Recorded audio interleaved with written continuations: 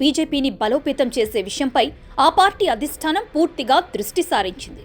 తెలంగాణలో ఏ స్థాయిలో అయితే బీజేపీని బలోపేతం చేస్తున్నారో అంతే స్థాయిలో ఏపీలోనూ పట్టు పెంచుకోవాలనే ప్రయత్నాల్లో బీజేపీ అధిష్టానం ఉంది.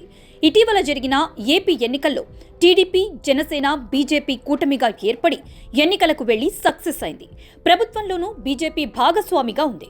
2014లో గెలిచిన సీట్ల కంటే రెట్టింపు సీట్లని ఈ ఎన్నికల్లో గెలుచుకోవటం బీజేపీకి ఉత్సాహాన్నిచ్చింది. అయితే 2019 ఎన్నికల్లో డిపాజిట్లు కోల్పోయిన సంగతి కూడా గుర్తుపెట్టుకోవాలి. ప్రస్తుతానికి ఇక్కడ పార్టీకొచ్చిన ఇబ్బంది ఏమీ లేకపోయినా ఏపీలో బీజేపీని బలోపేతం చేయాలని ఆ పార్టీ అధిష్టానం భావిస్తోంది. క్షేత్రస్థాయి నుండి బీజేపీకి బలం పెరిగేలా ప్రయత్నాలు మొదలుపెట్టింది.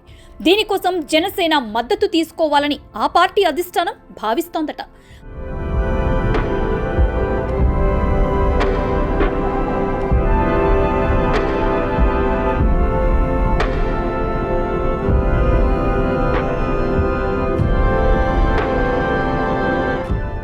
భవిష్యత్తులో ఏపీలో మరింత పట్టు పెంచుకునే విధంగా ప్రణాళికలు రచిస్తోంది.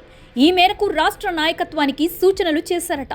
పార్టీ రాష్ట్ర నాయకులెవరూ కార్యాలయాలకే పరిమితం కాకుండా క్షేత్రస్థాయిలో పర్యటించాలని ఆదేశించారట.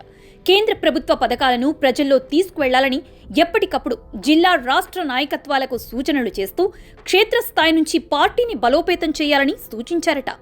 గత ఎన్నికల్లో గెలిచిన నియోజకవర్గం, 2వ స్థానానికి పరిమితమైన నియోజకవర్గాల జాబితాను సిద్ధం చేసి ఇప్పటికే జాతీయ నాయకత్వానికి రాష్ట్ర బీజేపీ నాయకులు పంపారట.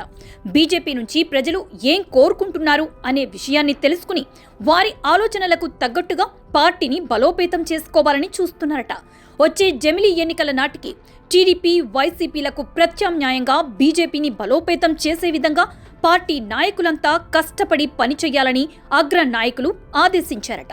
జనసేనతో పొత్తు బంధం మరింతగా పెంచుకుంటేనే దశలవారీగా బలం పెంచుకునేందుకు ఏం చెయ్యాలనే విషయంపైన బీజేపీ అధిష్టానం దృష్టి సారించిందట.